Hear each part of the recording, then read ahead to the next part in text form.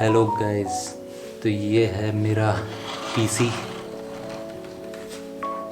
तो आज इसको थोड़ा सा अपग्रेड करेंगे। हालांकि आज के टाइम के हिसाब से तो इतना अपग्रेड नहीं होगा, बट स्टिल मैं इसको अपग्रेड करूँगा। मतलब ग्राफिक कार्ड इसमें नया डालते हैं। और मैं आपको बताता हूँ ये मैंने कब लिया था। आई बॉट दिस इन 2010 और ये है कूलर मास्टर का HAF932।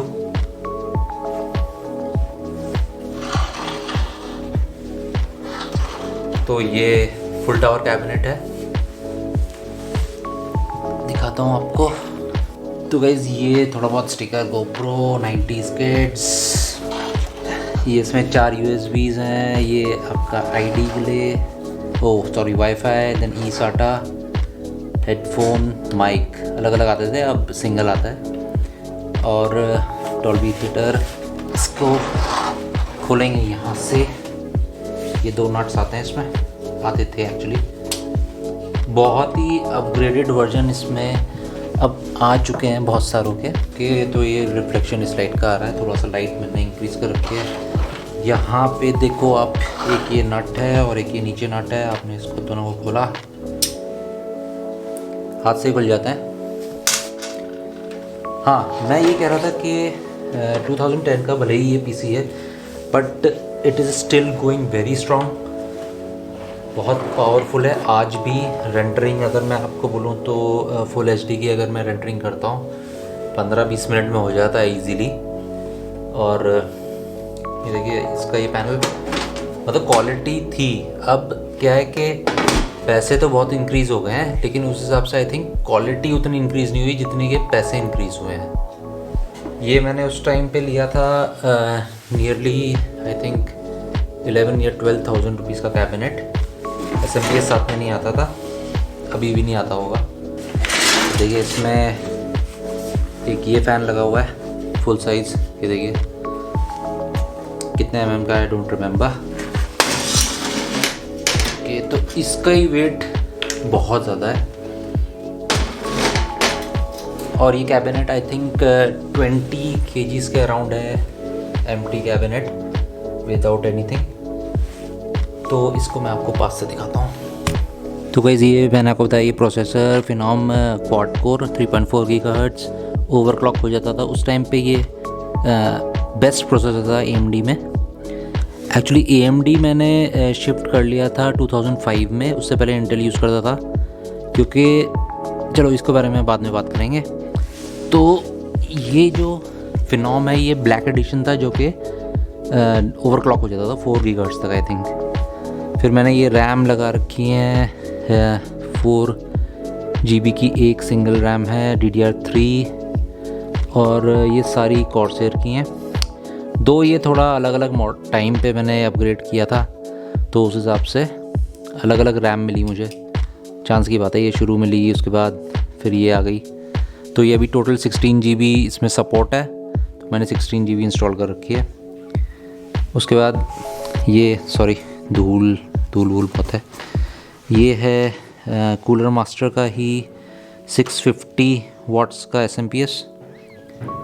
देन यहाँ पे एक छोटा फ़ैन है, यहाँ पे एक फुल साइज़ फ़ैन, एक यहाँ पर है फ़ैन ये फुल साइज़, एक ये फ़ैन। तो 1 2 3 4 और एक कैबिनेट के कवर पे 5 फैंस, जिसमें से 3 फैंस जो हैं वो फुल साइज़ के हैं और बाकी दोनों ये छोटे फैंस हैं। फिर SMPS और ये ग्राफिक कार्ड है 550 Ti। ये मैंने 2011-12 में लिया था। इससे पहले आई थिंक 9400 पता नहीं ऐसी कुछ था, वो मैं यूज़ करता था। तो गाइज़ अभी मेरे पास जो मैंने आपको कार्ड दिखाया है दैट इज़ एक्चुअली 550 Ti, जो कि बहुत ही बेसिक कार्ड था। उस टाइम पे मैंने 2011 आई थिंक, तब से मैंने अपग्रेड भी नहीं किया। और उस टाइम पे जो गेम्स आते थे लाइक बुलेट,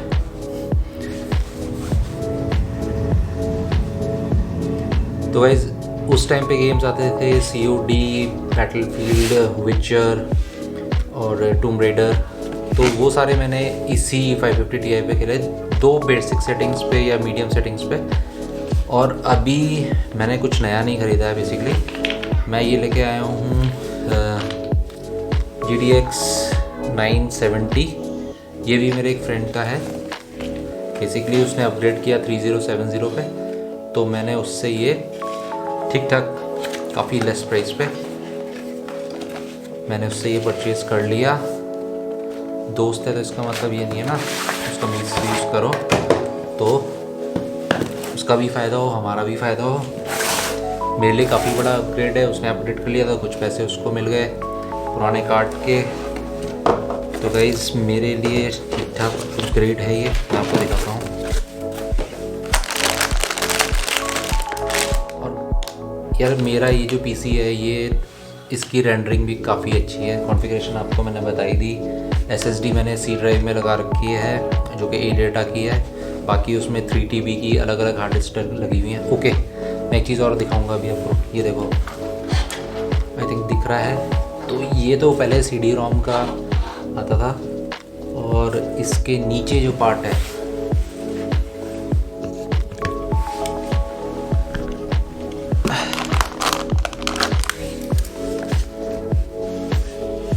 ये देखो, ये जो नीचे के पार्ट्स हैं ये सारे हार्ड डिस्क के हैं।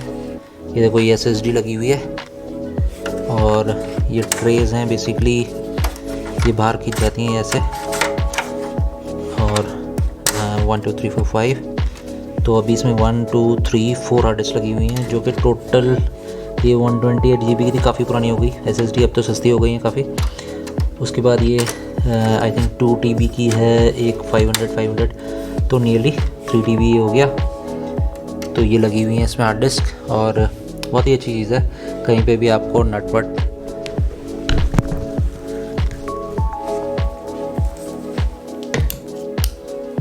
तो भाई इसमें कहीं पे भी आपको नट वगैरह मतलब पेंचकस से स्क्रू ड्राइवर से खोलना नहीं है, सब कुछ हाथ से खुल जाता है। बहुत ही ईजी है। कैबिनेट का वेट नियरली 20 kgs के अराउंड है।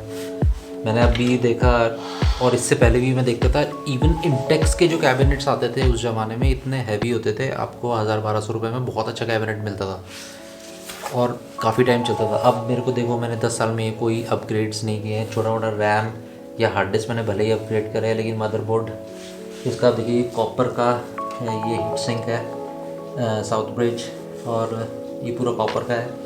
हीटिंग इसमें मैं बता रहा हूँ, मैंने जो भी गेम अभी तक खेले हैं चाहे हल्के थे या बुरे, लेकिन वो कोई भी गेम 60 डिग्री 65 डिग्री से ऊपर नहीं गया।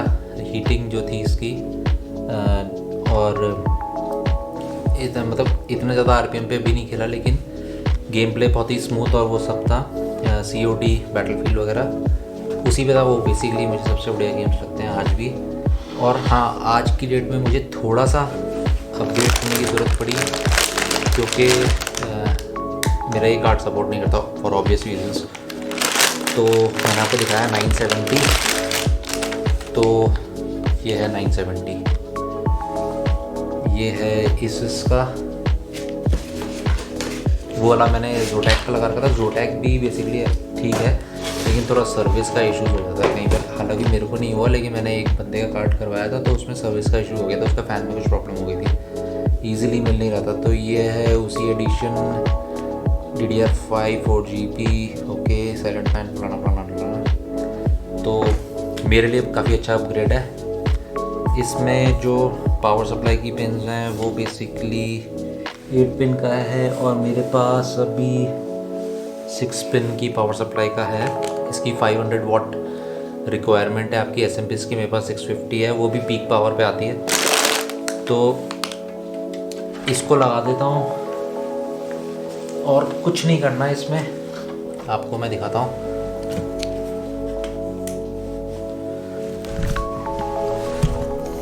तो भाई इसमें कुछ नहीं है, आपको ये निकालना है।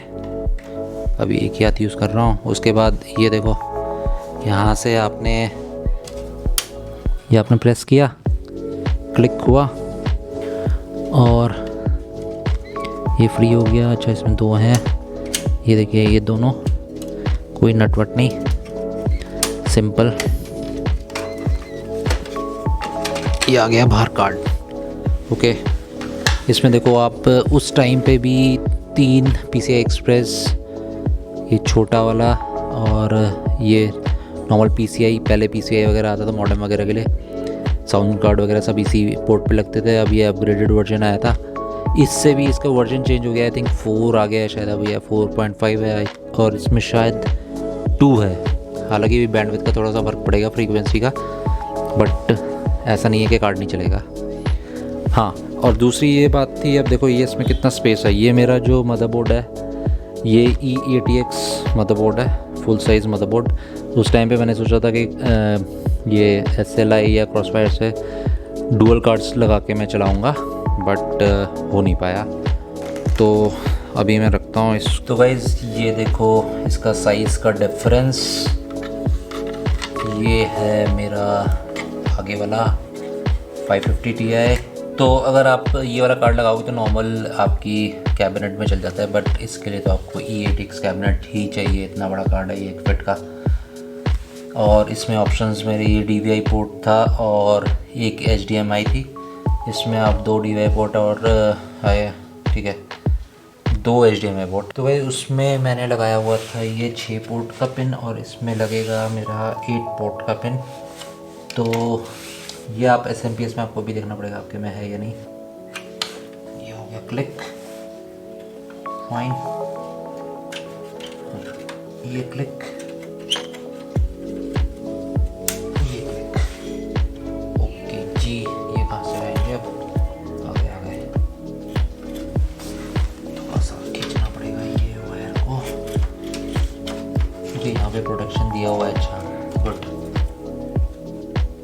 तो वैसे ये लग गया है कार्ड, और मैं आपको भी यही सजेस्ट करूँगा कि अगर आपको कोई पुराना कार्ड मिल रहा है जो आपके सामने गया और कोई बंदा अपग्रेड कर रहा है तो बाय इट। ये मत सोचो कि आपको बहुत बढ़िया एक्सपेंसिव कार्ड लेना है, ऐसा कुछ नहीं है। रेंडरिंग के लिए अगर आप बेसिकली यूट्यूब करते हैं, नॉर्मल वीडियोस वगैरह बनाते हैं फुल HD पे, इवन 4K पे भी बनाते हो ना, तो इतना बड़े ग्राफिक कार्ड की ज़रूरत नहीं है आपको, तो आपका बेसिक कार्ड भी चल जाता है।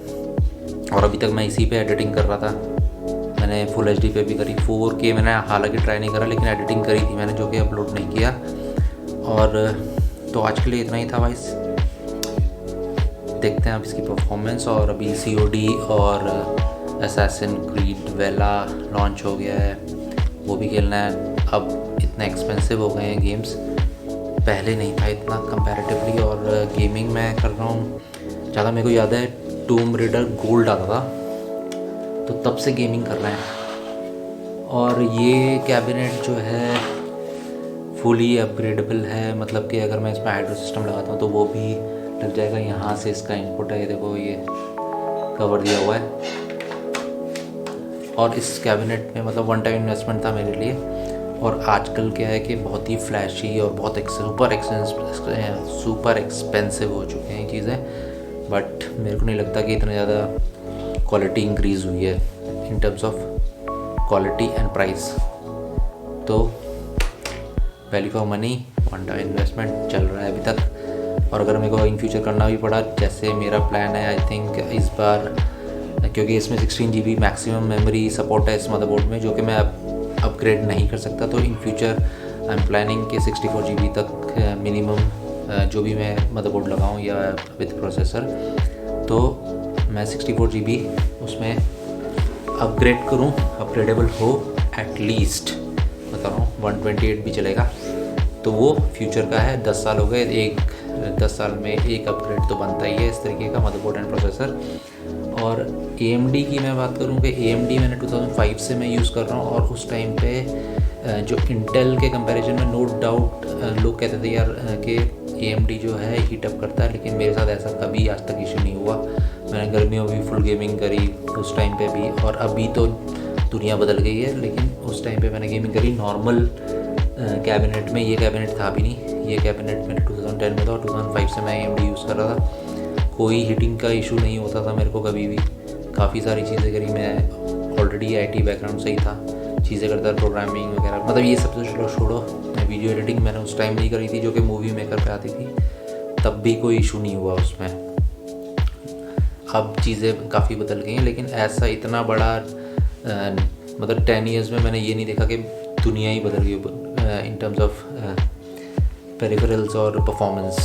अभी पीसी दे रहा है 15 मिनट में काम कर रहा है, नया वाला पीसी 18 मिनट में मतलब 18 मिनट में ये कर रहा है और वो 15 मिनट में कर देगा।